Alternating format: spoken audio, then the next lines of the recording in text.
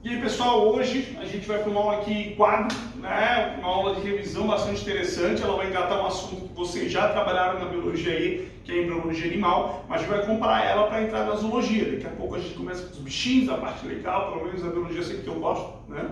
E aí a gente tem que saber fazer a comparação embrionária para poder trabalhar depois a escala evolutiva dele, certo? Então toda vez que a gente for inserir alguma coisa que seja algum tipo de vantagem evolutiva, ou seja, alguma coisa que gere uma diferenciação, a gente vai dar esse foco aqui. Tá? Então, antes de tudo, a gente tem que rever alguns conceitos da embriologia tradicionalmente. Tudo se inicia com um zigoto, ou seja, com a junção de gametos e a formação de indivíduo único. Isso é tradicional em todos os animais, todos fazem reprodução sexuada e formam-se então um zigoto. A partir do zigoto, todos vão passar pelo fenômeno de clivagem, onde a gente vai ter a multiplicação de células formando uma estrutura chamada de módulo. Eu estou me baseando aqui na módula tradicional que é a nossa, tá? A gente não vou falar os tipos de módula formados que não tem necessidade. Mas interessa que vai ser formada a módula aqui, certo? Depois da módula a gente tem aquela fase de migração celular, as células migram para a periferia, formando a estrutura então chamada de blástula, né? Com a cavidade blastocele, né? E células ali para fora. Daqui então acontece uma diferenciação das células por migração, onde elas migram de maneiras distintas para formar mais camadas de células, podendo formar duas camadas de células, né? A gente tem a ectoderme e a endoderme por fora, então forma essa estrutura da gástrula dos animais diblásticos, de 2 folhetos, e temos aqui os animais com 3 camadas, então chamados de triblásticos por apresentarem 3 folhetos, certo? Então essa base da embriologia é muito importante para a gente classificar características aqui dos seres vivos ao longo do caminho, perfeito? Então a gente começa com o primeiro tipo de critério embrionário de classificação. Bom, então a gente começa a classificação dos seres vivos iniciando aqui pelo primeiro item, que são os folhetos embrionários.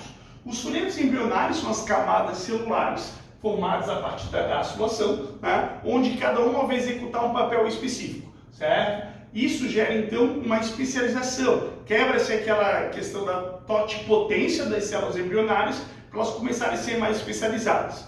Quanto a isso, nós temos então aqui 3 classificações. Primeiro nós temos os organismos chamados de parazoários.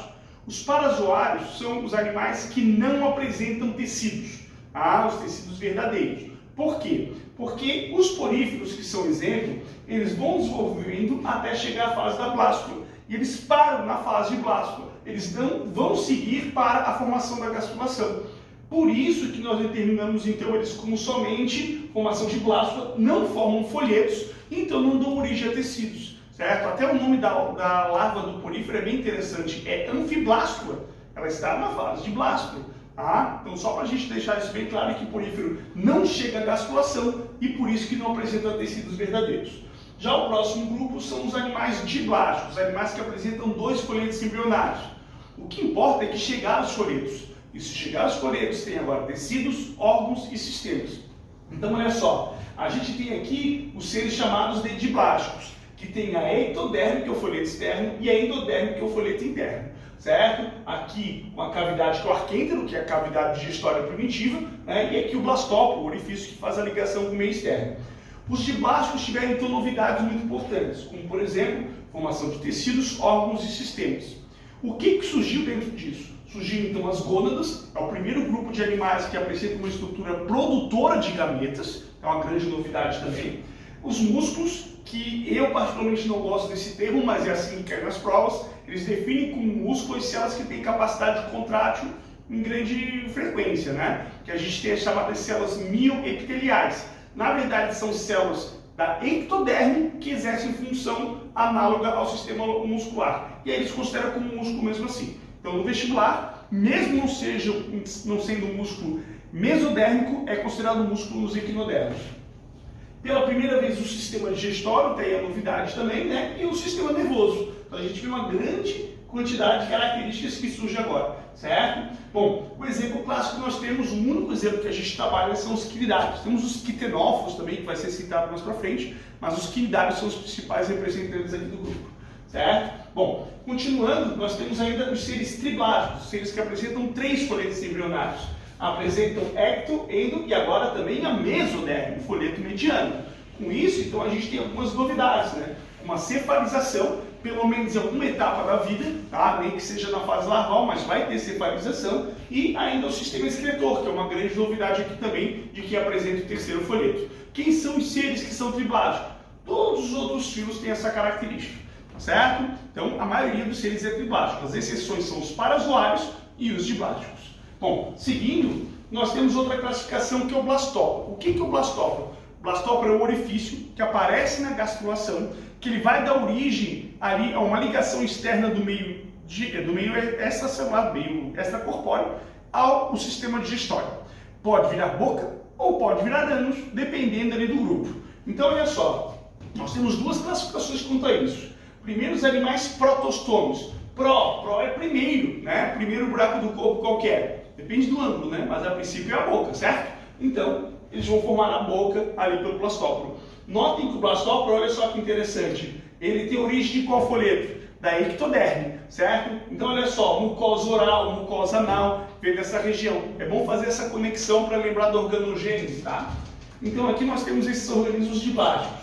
Efeito, nos casos dos organismos diblágicos e protostômicos, nós temos os nematóides, aqui é flora triblágico, na verdade, né? Os nematóides, anelídeos, artrópodes e moluscos. Tá? E porífero, cnidário e plateuminto? Esses eu não classifico quanto ao blastóporo. Questões mais antigas podem colocá-los ainda como protostômicos também. Qual que é o problema? O problema é que esse orifício que tu vai encontrar em cnidário e plateuminto é um problema porque ele é único. Esses animais não têm boca-ânus, eles não têm sistema digestório completo. Então, por causa disso, esse orifício boca-ânus não pode ser usado como classificação. Então, a princípio, cnidários e plateumintos, a gente desconsidera eles, então, ali nessa classificação. Porífero não se fala, porífero não tem sistema digestório. Então, a gente começa com os primeiros a terem sistema digestório completo, que são os nematóides. Isso vai até moluscos. Só que existem seres vivos, no caso aqui dos deuterostômios, que o blastóporo vai formar o ânus. É fácil, olha só, pessoal, deu, acabou, é o final. O final é, obviamente, o ânus, certo? E aí sempre nós temos os equinodermos e os cordados. Mas qual que foi a vantagem evolutiva disso aí, professor? Nenhuma. Isso é só um critério de classificação. Não existe uma vantagem evolutiva nesse tipo de orifício, certo? Um outro critério já é bem diferente, que é o caso do celoma. O que é o celoma? Celoma é uma cavidade formada durante o desenvolvimento embrionário que permite a formação de órgãos e é extremamente importante para aumentar a complexidade dos seres. Temos três classificações. Primeiro, os animais acelomados, animais sem celoma, né? Que são os poríferos, que obviamente não tem celoma porque o celoma vem da mesoderme. Então, se eles não têm folheto, não tem como ter isso. Quinidários não tem mesoderme, então não tem como ter folheto. Os únicos animais do planeta que têm 3 folhetos embrionários, mas não tem nenhum tipo de cavidade além da digestória, são os plateumintos, certo? Então são os únicos triblásticos acelomados. Existe ainda um grupo especial chamado de pseudocelomados, onde temos o principal representante que são os nematóides. Apesar de não ser um celoma verdadeiro, ele propiciou a formação aqui pela primeira vez do sistema digestório completo, boca, ânus. Qual que é a vantagem evolutiva no sistema digestório completo? Tu começa a ter uma digestão linear, contínua e unidirecional. A vantagem é que tu pode compartimentalizar esse sistema digestório e com isso agora tu tem processos digestórios distintos, com pH distinto, otimizando a quebra das substâncias, certo? É bastante vantajoso isso. Os nematóides têm o pseudoceloma da seguinte maneira. Temos o folheto externo, que é ectoderme, o folheto interno, que é endoderme, e o em vermelho, que é a mesoderme. Entre a mesoderme e a endoderme existe um espaço preenchido por um líquido chamado líquido pseudocelomático. Eu quero que vocês notem aqui o seguinte, a cavidade está entre a endoderme e a mesoderme. Então ela não é formada por um folheto, ela é formada por descolamento de 2 folhetos. Por isso ela é um celoma falso e não um celoma verdadeiro, por não estar inserido dentro da mesoderme. Tá? É o que acontece aqui nos celomados. Eles apresentam, então, agora pela primeira vez o sistema circulatório e o sistema respiratório devido ao local de surgimento do celoma. Se vocês notarem, o celoma ele aparece dentro da mesoderme aqui, certo? Inserido na mesoderme. Esse, então, é o celoma verdadeiro. Esse, então, é o celoma que é formado pelo mesoderme e que dá origem a esses 2 sistemas, certo? E aí nós temos de exemplos anelídeos, artrópodes, moluscos, equinodermos e cordados como animais celomados. Certo? Bom, só que o celoma pode variar também. Existem 2 tipos de formação do celoma, que é a esquizocelia e a enterocelia. A esquizocelia, ela acontece de uma maneira bem interessante. O que acontece aqui? A gente tem aqui o indivíduo inicialmente com os 3 folhetos e com o tempo aqui, as células que estão aqui na mesoderme, elas começam a sofrer um fenômeno distinto e especial, chamado de apoptose, que vocês já ouviram falar. Sim, um suicídio celular. As células da mesoderme começam a morrer e vão abrindo um espaço nisso. Esse espaço se expande com o tempo e dá origem, então, ali ao celoma. Então, os animais esquizocélicos formam o celoma por apoptose das células da mesoderme. O que acontece é que temos de exemplos anerídeos, os artrópodos e os moluscos com esse tipo de característica, certo? Agora, existem também os animais enterocélicos. Animais enterocélicos são animais que apresentam um tipo de gástrula diferenciado. É uma gástrula com 2 camadas mais 3 folhetos. Olha só que interessante, a gente tem aqui a mesoderme e aqui a gente tem a endoderme, na mesma camada, só que em pontos distintos. A gente chama essa estrutura, então, aqui de mesentoderme. Mesentoderme. A mesentoderme, então, é um folheto dividido em 2 folhetos, certo? E o que acontece? Com o tempo, a mesoderme vai começar a sofrer uma série de modificações, de dobramentos. Principalmente fazendo um fenômeno diferenciado aqui, chamado de evaginação. Invaginação é quando é de fora para dentro. Evaginação é de dentro para fora. Começa a inverter essas 2 orelhinhas aqui, a gente costuma chamar na faculdade de orelhinhas do Mickey, vai saindo assim as orelhinhas, que depois vão se expandindo, se soltam e formam então a cavidade distinta, que é a cavidade celomática. Então, esquizocélicos formam o celoma através da apoptose das células da mesoderme e os enterocélicos formam por uma evaginação do teto do arquíntero, certo? Então, a origem é distinta. Isso influencia em características especiais? Não, é só um critério de classificação. Porém, eu quero que vocês notem uma coisa. Todo animal que é enterocélico, que são equinodermos encordados, também são deuterostômicos. Então, deuterostomia e enterocelia andaram em um conjunto, as 2 automaticamente associadas.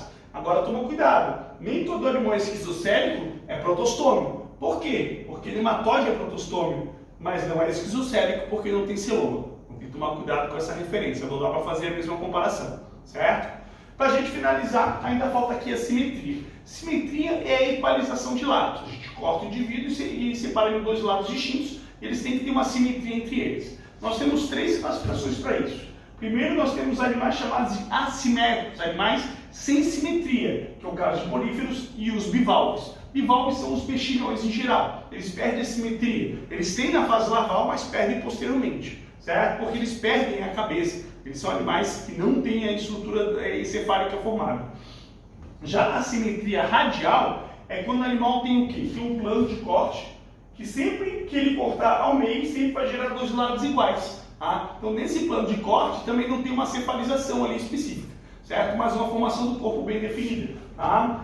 Então, eles têm um sistema nervoso, só que agora ele é difuso. O caso dos bivalves, eles não têm um sistema nervoso central, mas também espalhado, apesar de serem seres assimétricos. Aí temos o exemplo de quinidários e equinodermos. A mesma coisa acontece com poríferos e bivalves e quinidários e equinodermos.